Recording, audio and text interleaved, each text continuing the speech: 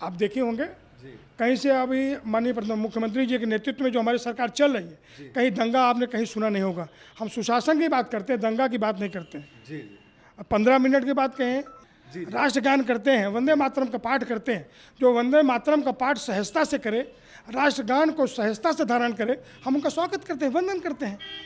कि आदरणीय प्रधानमंत्री जी और हमारे माननीय मुख्यमंत्री जी प्रतापगढ़ के आंवले के लिए सदैव चिंता करते हैं और उसके लिए वन डिस्ट्रिक्ट वन प्रोडक्ट में ये हमारा शामिल है।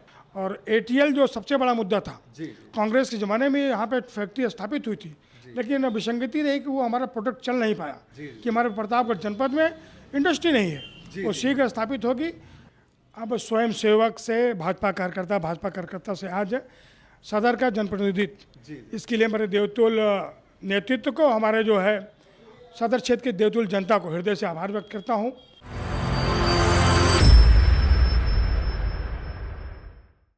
नमस्कार, मैं आलोक सोशल नेताजी से।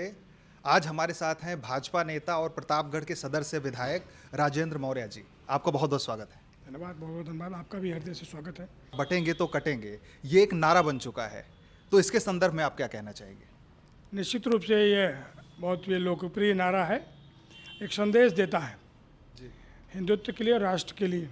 आपने बांग्लादेश को देखा होगा, अन्य जगहों पे देखा होगा, कनाडा भी देखा होगा, बैठेंगे तो कटेंगे। अच्छा जी, अभी हाल ही में ये ओवैसी जी का बयान आता रहता है कि 15 मिनट, उनका बहुत ही वायरल एक रहा है, जिसको बार बार वो घुमा फिरा के किसी न किसी भाषण में इस्तेमाल करते हैं, 15 मिनट की छूट। ये दर्शाता उनकी मानसिकता क्या है जी। वो कितने माँ भारती के प्रति वो कितने समर्पित हैं, उनकी मानसिकता दर्शाती है। अब उनकी मानसिकता विदेशों में जो आईएसआई जो भी आतंकवादी संगठन है उनसे पोषित हैं। वो कहीं दंगा आपने कहीं सुना नहीं होगा। हम सुशासन की बात करते हैं, दंगा की बात नहीं करते हैं।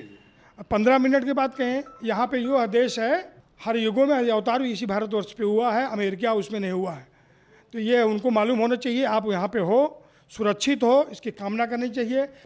अभी हाल ही में देवकी नंदन ठाकुर जी ने अभी दिल्ली में एक आयोजन किया था जिसमें सनातन बोर्ड बनाने की मांग की गई थी। इसको लेकर आप क्या कहना चाहेंगे? बिल्कुल किया जाना चाहिए, उसमें क्या बुराई है। जी जी। बोर्ड बना सकते हैं, आप सभी धर्म बना सकते हैं, तो सनातन बिल्कुल होना चाहिए।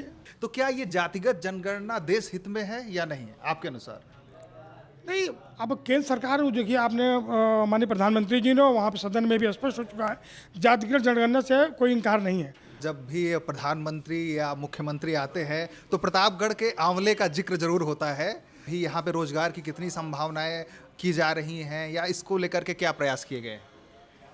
ये निश्चित रूप से हम लोगों के लिए बहुत गौरवशाली है, प्रतापगढ़ वासियों के लिए, कि आदरणीय प्रधानमंत्री जी और हमारे माननीय मुख्यमंत्री जी प्रतापगढ़ के आंवले के लिए सदैव चिंता करते हैं और उसके लिए वन डिस्ट्रिक्ट वन प्रोडक्ट में ये हमारा शामिल है।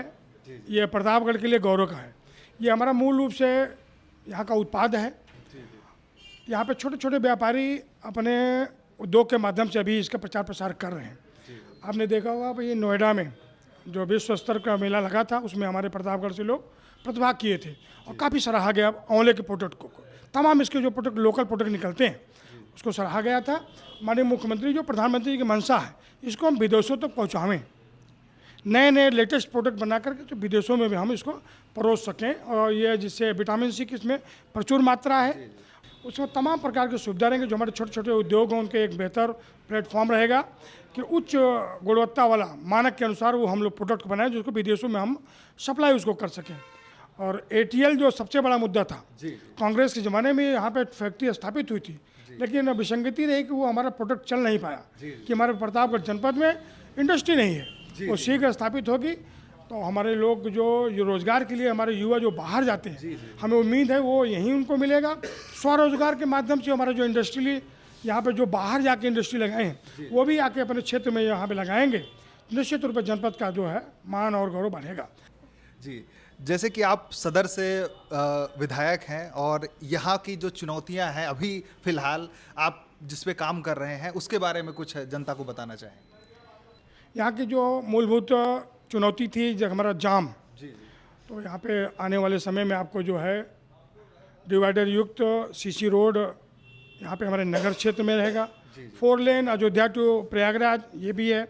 बाईपास के रूप में हमारा जो प्रस्तावित है, जगदीशपुर से लेकर के ढकुआ वाला मार्ग, काफ़ी कुछ जो भी है बनने जा रहे हैं। फ्लाईओवर है, इससे हमारा शहर का सौंदर्यीकरण बढ़ेगा।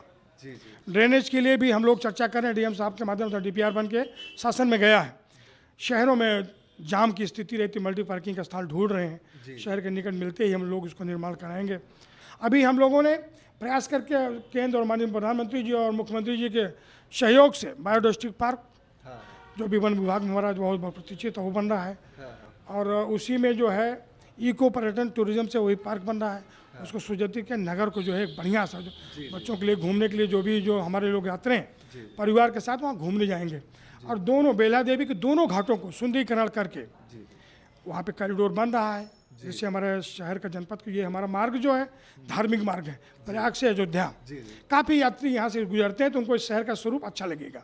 जहाँ डिवाइडेड रूट हमारे सड़कें होंगी, दोनों घाट पर हम देखेंगे तो दोनों घाट बिल्कुल प्रकाशित रहेंगे, अच्छा लगेगा, शहर हमारा अच्छा दिखेगा।